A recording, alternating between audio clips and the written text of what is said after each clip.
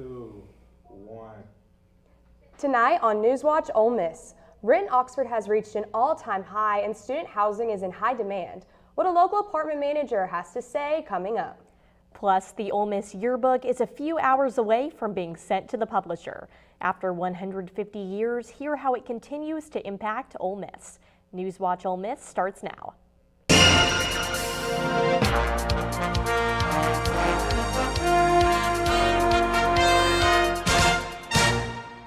Welcome back to NewsWatch Ole Miss. I'm Juliana Jackson. And I'm Reagan Settle.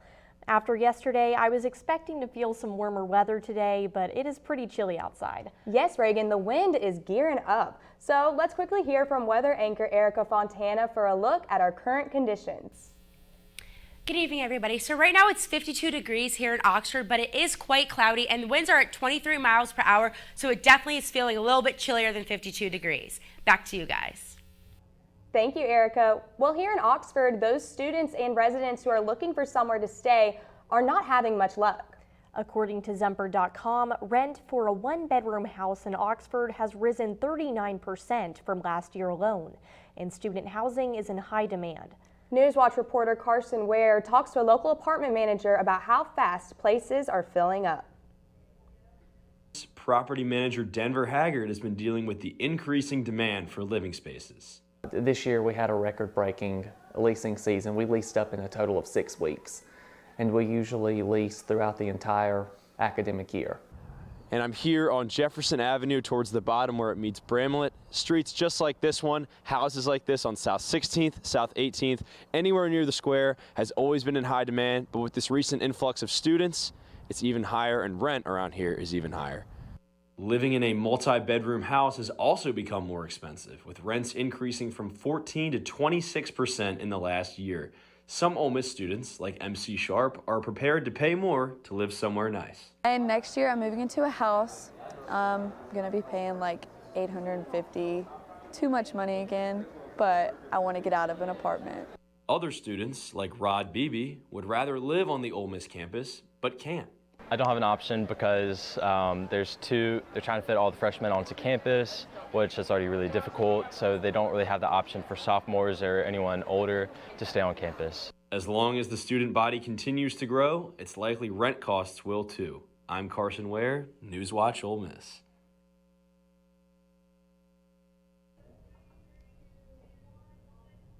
On campus, students are gearing up for all types of things: spring break, graduation, and some spring semester exams. But here at the Student Media Center, the yearbook team is getting ready for the publishing of the annual yearbook.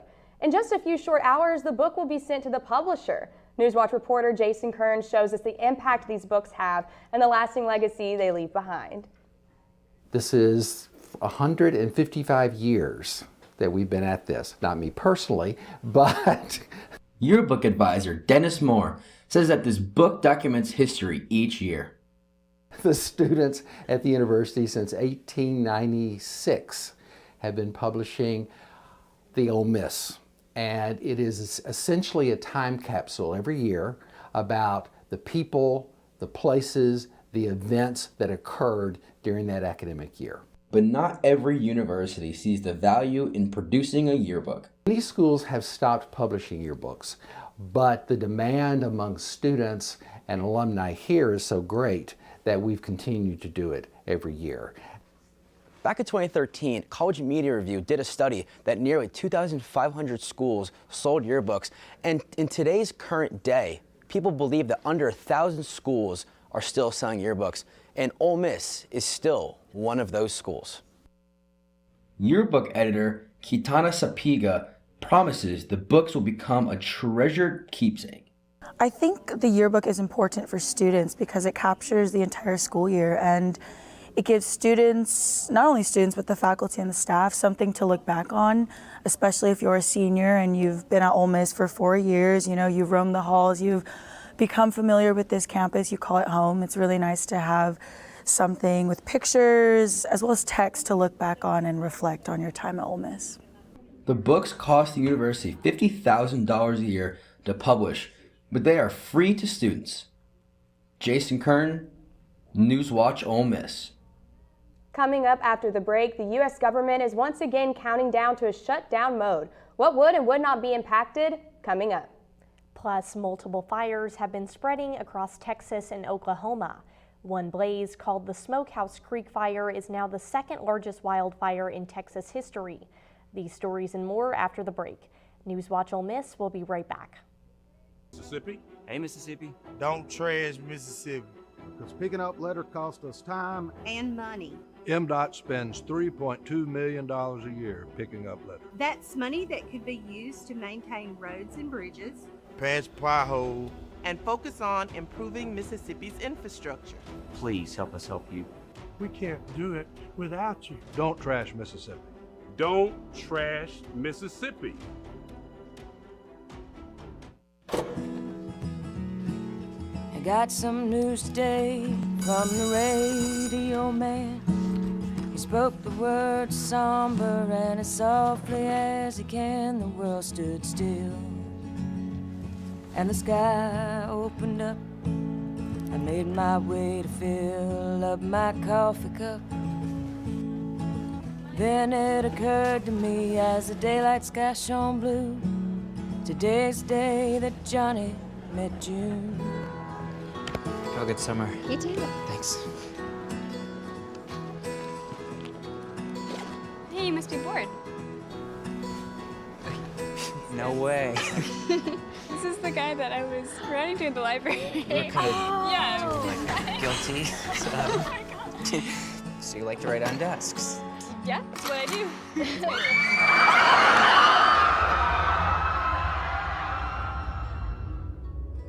Now we're starting over, it's the place that we are. You look more pretty underneath all the stars of love. Love is a burning thing. Oh, how I still love to hear you sing. Oh, and everything we ever heard about heaven is true. Today's the day that Johnny met you.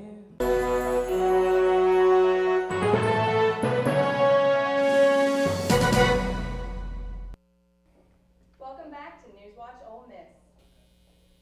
Washington embarks on yet another shutdown cutdown. This dilemma has left households in a state of uncertainty, wondering which government programs may face impact. Reporter Karen Caffey has more on this issue. Congressional leaders racing the clock again. I think it's pretty safe to say we all agree we need to avoid a government shutdown. We made it so clear that we can't have the shutdown because it hurts so many people in so many different ways, even for a short period of time. And households wondering how to prepare. In January, lawmakers passed another short-term government funding deal with two new deadlines on March 1st and March 8th. Without a deal, departments impacted by this week's deadline include transportation, housing and urban development, veterans affairs, agriculture, and energy. Operations critical to public safety would continue during a shutdown, so employees like USDA food inspectors and TSA workers and air traffic controllers would stay on the job, but without pay. The Department of Agriculture says recipients of SNAP food stamp benefits and pregnant women and new moms enrolled in the WIC program would receive March payments. VA policy says veteran health care would not be affected and benefits like housing and pensions would continue. But services like career counseling and the transition assistance program for service members moving into civilian life would not be available. Meanwhile, next week's deadline includes the IRS, potentially scaling back the number of IRS employees on the job as tax filing season approaches its peak. In Washington, I'm Karen Cafa. For people 65 or older, it might be time for you to get an additional dose of the current COVID-19 vaccine. The current vaccine is highly effective, however, protection does wane over time, especially among older people. The Center for Disease Control and Prevention recommends this advisory, and the CDC director must sign off to make it final. If this is finalized, people of 65 years or older could receive an additional dose of any updated COVID-19 vaccine at least 4 months after their previous dose of the newest vaccine. Very good news for medical students in New York. A $1 billion donation at a New York medical school has eliminated tuition and is changing students' lives. Ruth Gottsman Former professor at the Albert Einstein College of Medicine and the widow of a Wall Street investor announced Monday that she is donating $1 billion to the Bronx Medical School. The gift means that four-year students will immediately go tuition-free. Future students will benefit beginning in the fall. Gottsman credits her late husband David for leaving her with the financial means to make the donation. David Gottsman built the Wall Street investment house, First Manhattan. He died in 2022 at the age of 96. Life-threatening wildfires continue to spread across Texas and Oklahoma. This blaze has surpassed all expectations, earning the unfortunate title of the second largest wildfire in Texas history. Reporter Mike Valerio has more on the areas affected. In North Texas, frantic video of cattle galloping as fast as they can against a backdrop of black smoke billowing from one of at least 5 wildfires. The people recording also running for their lives. It looked like Armageddon. It looked like our town was just being engulfed in black. Some of the flames have jumped into neighboring Oklahoma. The explosive growth of the fire since Monday led to a brief evacuation of a nuclear weapons facility, a site tasked with assembling and disassembling the nation's nuclear arsenal. Luckily, because of the heroic efforts of our surrounding community, the fire never did come to the Pantex plant. Employees returned Wednesday, but many residents from the Texas Panhandle communities of Canadian and Fritch are seeking safety elsewhere. We all were wondering, what is this? What's going to happen? Are we going to be able to return? Is there going to be anything to return to? We've had extremely hot, dry days these last couple of days, along with extremely high winds. Texas A&M Forest Service adds firefighters will try to take advantage of Wednesday's weather, a calmer day with lighter winds and higher humidity. But winds are expected to pick up again on Thursday with stronger gusts up to 30 miles an hour. We will be returning as soon as we can to go assess damages, hug our friends, hug our families, and be thankful that we are all alive and start rebuilding. I'm Mike Valerio reporting. In Texas, a death row inmate, Ivan Cantu, claims he's innocent of a double murder, but is set to be executed tonight. A federal appeals court declined to stop Cantu's lethal injection or allow him to raise new challenges. The Texas Court of Criminal Appeals also rejected an appeal and a motion for a stay of execution. Cantu's advocates are still calling on the governor to grant a 30-day reprieve. Cantu argues he was deprived of a fair trial and framed by those he claims are truly responsible for the murders of his cousin and his cousin's fiancée in 2000. It's not clear if Cantu will ask the U.S. Supreme Court to intervene, but those requests often come at the last minute. An entrepreneur from Minneapolis is channeling the increased popularity of cannabis to develop a product specifically tailored for women. Reporter Kirsten Mitchell brings us more details on this latest product. You're young, drink away. Menopause. Hot flashes. Cold flashes are actually a thing. It's something most women experience, but often battle alone. We just need more options. That's why Crystal Brown turned to cannabis and discovered Jane. As we get older, we have all of these issues that are, harder to deal with. Michelle Courtwright's products contain low doses of THC and CBD, each formulated with different cannabinoids to tackle each need. They're droplets, and they go under your tongue, and you hold them there for about 30 seconds under your tongue, and you feel the effects in about 20 minutes. The purse-sized products cover a range from pain, sleep, and menopause to cancer, something near to Michelle's heart. In 2017, I was diagnosed with breast cancer and went through that. The medication to help with the nausea from the chemo was actually making me more sick. She found relief with cannabis. It really helped. I mean, it was one of the only things that worked. Now she aims to inform and empower other women. At first, I must say I was a little reluctant because I was like, oh, I don't want to be all wasted and stoned, right? But that wasn't the case. Totally. Just felt super relaxed and calm. When you're in menopause, you get a little agitated all the time. While there's still a lack of menopause research, these women say it's been life-changing. What I'm hoping with microdosing cannabis is that women learn that it's in their hands. It can be very, very low dose and very controllable, and that's what I want to get the word out about. Now let's check in with weather anchor Erica Fontana for a look at tonight's conditions. So tonight it's going to get quite chilly. It's going to be 32 degrees, as you can see. Still going to be cloudy. Winds are going to be about 15 miles per hour. So it won't be as windy as it is right now, but still will be a little bit of wind. We'll be back with the full weather forecast after the break. Strike anytime, anywhere, but there's a simple way to stay safe. Hey, Jim Cantori here. I stay safe in dangerous weather by planning ahead. You can stay safe too with a few easy steps. Build an inexpensive kit with supplies for your family's needs. Write down important information like phone numbers and medications. Always talk with your family and remember any pets in your planning. Be ready, be safe. Start your plan today at ready.gov/plan.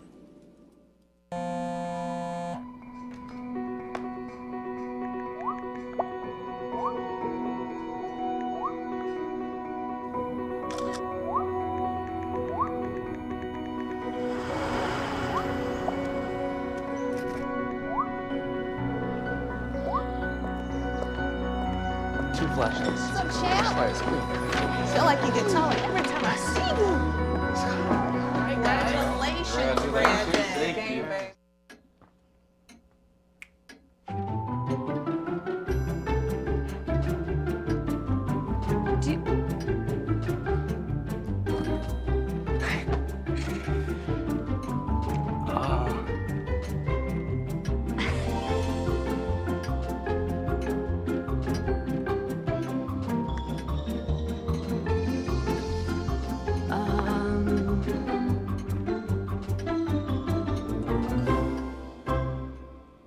Listen, you're my friend. I noticed you haven't really been yourself recently.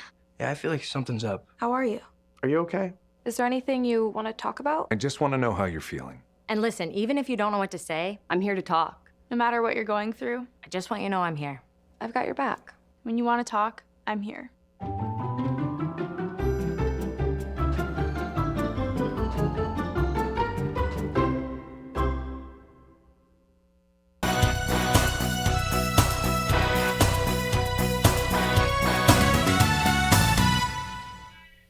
Welcome back to NewsWatch. So right now it's 52 degrees here in Oxford, and there's a lot of winds coming from the north, about 23 miles per hour. Low chance of rain, but it is pretty cloudy. And tonight it's going to be 32 degrees and cloudy, so it's going to be very cold in the morning. 15 miles per hour wind, probably not going to rain, 2% chance just like it is right now. And then current temperatures around northern Mississippi, much of the same as you can see. We have 49 degrees in South Haven, 45 with a low in Holly Springs, 50 in Corinth, Oxford 52, and then same in Tupelo. And tonight it's going to be 32 degrees and cloudy. And tomorrow it's going to be 52 like it is today. Cloudy, PM showers, winds coming out of the northeast about 10 miles per hour, and precipitation is about 60%, but again, that will be in the night.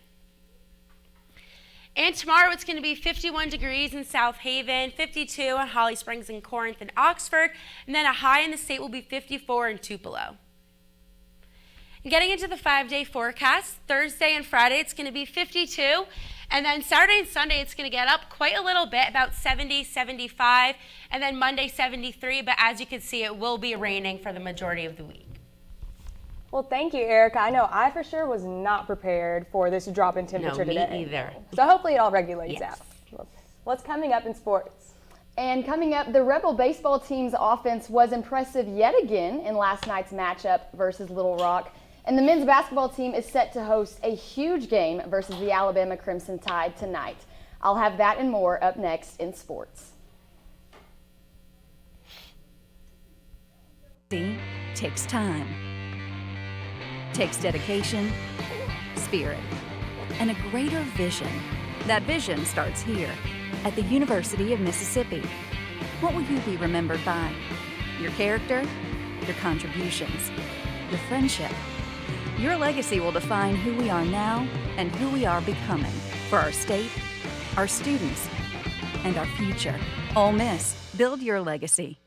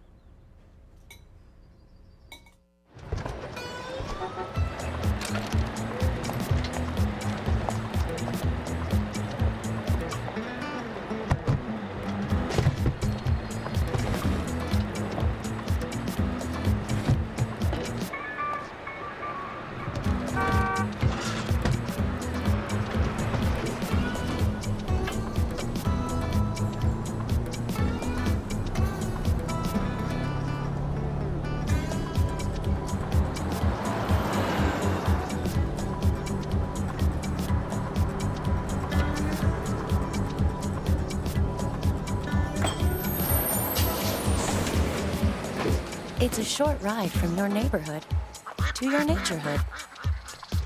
Find fun activities to do, like boating and biking, or camping and hiking, plus much more. To find a neighborhood park or green space near you, visit discovertheforest.org.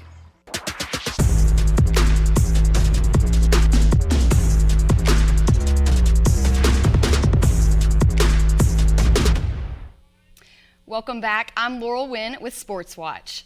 Last night, the Rebel baseball team won in their midweek matchup versus Little Rock. Sports reporter Jason Kern was there to catch all of the action. The team defeats the Little Rock Trojans 12-6 here in Oxford for their third straight win. After walking 2 and hitting 1 at the top of the first, Wes Mendez got out of the jam with 2 big strikeouts to leave the bases loaded. In the bottom of the first, Will Furnace stays hot, hitting a 3-run homer to start the scoring early. Going to the bottom of the fourth, the Rebs had the bases loaded with no outs when Ethan Leger hit a sacrifice fly, pushing the lead to 4-2. The very next batter was Jackson Ross, and he cleared the bases with a 2-run double to continue his hot hitting, with the Rebs now leading 6-2 after 4 innings. Little Rock didn't go away just yet, adding 2 more runs in the 5th off a 2-run homer. Moving to the 6th, Trayson Hughes hit a sacrifice fly, followed by a Reagan Burford 2-run double to give Ole Miss a little more space as they led 9-4. Little Rock in the top of the 7th added 1 more run on a sacrifice fly, but Jackson Ross kept showing us why he was the SEC Player of the Week last week, hitting another bomb, making it his 5th on the season and a 10-5 score. In the 8th, Reagan Burford and Andrew Fisher must have loved Jackson Ross's light show, so they decided to have their own for the Rebs' 11th and 12th runs to put the icing on the cake. With this win, the Rebs improved their overall record to 5-4 and will be back in action Wednesday, February 28th at 4 p.m. as they host Missouri State. From Swayze Field, Jason Kern, NewsWatch Ole Miss. And like Jason said, the team is currently facing Missouri State. The game is being aired on SEC Network Plus, and we will make sure to keep you updated on the latest results. You can expect the SJB Pavilion to be rocking tonight as the Rebel basketball team hosts number 13 Alabama at 8 p.m. In one of the biggest home games of the year, Ole Miss looks to give the Crimson Tide their 4th loss in SEC play. But it certainly won't be easy.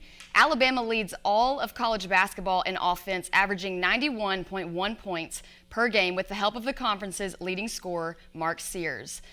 The Rebels, however, are riding high on the defense, ranking 5th in the country with 6 blocks per game.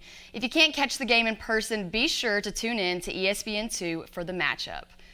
The Ole Miss track and field team has punched 8 tickets to the upcoming NCAA Indoor Championship meet, 7 of them coming from the team's throwers, which, in case you didn't know, Ole Miss throws you in the track and field world. This title was solidified over the weekend as Jelani Davis and Tarek O'Hagan swept both the men's and women's weight throw and shot put competitions at the SEC Championship meet. All-American senior Mackenzie Long will join the group of qualified Ole Miss athletes racing the 200-meter dash. The Rebels will compete in Boston March 7th through the 9th for a national championship. 3 Rebels will be competing in the 2024 NFL Scouting Combine this week at Lucas Oil Stadium in Indianapolis. Dejon Anthony, Cedric Johnson, and DeAndre Prince will perform a number of drills and workouts, as well as undergo testing and measurements in front of the NFL head coaches, general managers, and scouts. These Ole Miss players are among the 300-plus athletes eligible for this year's draft and are looking to impress during the 4-day combine prior to participating in the annual Pro Day in Oxford, March 27th. All of the weekend's action will be shared on NFL Network as well as the Ole Miss football team's Twitter and Instagram accounts. And that's all I've got for sports. Be sure to follow us on X at rebel_watch for the latest sports updates. Back to you guys at the desk. Thank you, Laurel. Well, coming up, a Missouri couple is newly married, but in a unique way. Find out where they said their vows after the break.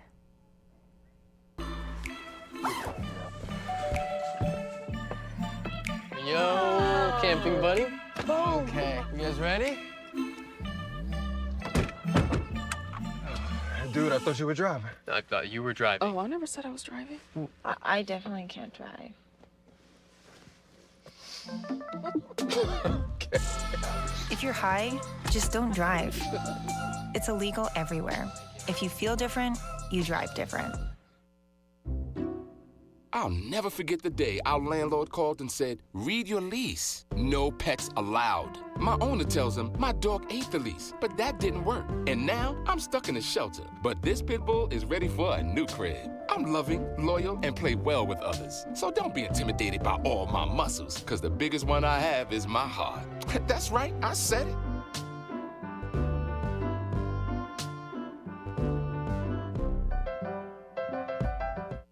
I am a nurse, a firefighter, a college student, A mother.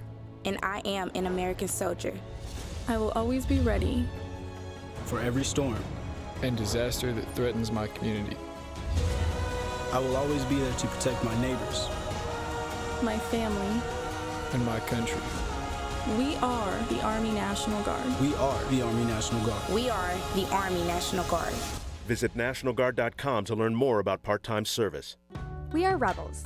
For more than 160 years, we've been accomplishing the impossible, from conducting the world's first lung transplant to helping prove Einstein was right. From preserving the past to saving the future. We are Mississippi's flagship university, a place where passion and learning unite, where friends become family, where small-town charm meets world-class innovation. We are the University of Mississippi. We are Ole Miss.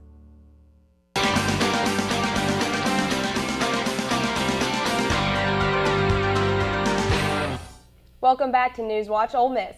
A couple from Missouri found a new way to exchange their wedding vows. Their wedding plans were delayed after the bride-to-be went into labor 5 weeks prematurely.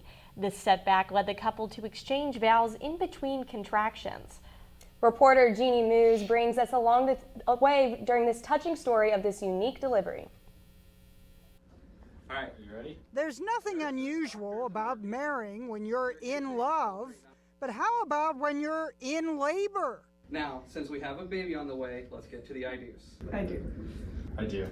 Also due was this little guy.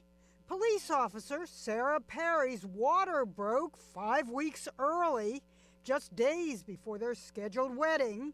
The couple rushed to St. Luke's East Hospital in Missouri and ended up getting married in their room. Literally in between contractions. The contractions were 7 minutes apart. The groom struggled putting on a ring. Pregnancy swells the fingers. Who are you wearing? I was wearing St. Luke's East finest sheets from their bed. The bedsheet bride made a sort of toga. They had to finish the wedding in half an hour because Sarah had to be prepped for delivery. The nurses whipped up decorations, hung lights on the IV stand. The nurses told the couple that an ordained minister was with his pregnant wife on the same floor and had offered to officiate. Mr. and Mrs. Perry, and you may kiss the bride. There was even wedding cake from the hospital cafeteria, and though preparing for the wedding was quick, the pushing part of labor was even quicker. Come on, it wasn't quicker than half an hour, right? Like 5 minutes. Sarah even tossed a bouquet held together with gauze. Caught by one of the nurses. As for the guest list... Thank you all for coming. We said anyone was welcome that could make it. But the guest of honor, little Oliver, arrived 9.5 hours after the wedding. You may kiss your son. He's wonderful. Jeannie Moose, CNN, New York. Oh, that was so sweet. Yes. Well, that's all we have tonight. Thank you all for watching. Tune in tomorrow. I'm Juliana Jackson. And I'm Reagan Settle with your latest news. I'm Laurel Wynn with Sports Watch. And with Stormwatch, I'm Erica Fontana. Be sure to keep up with us on our socials and tune in tomorrow at 5. NewsWatch Ole Miss, where we keep it live and keep it local.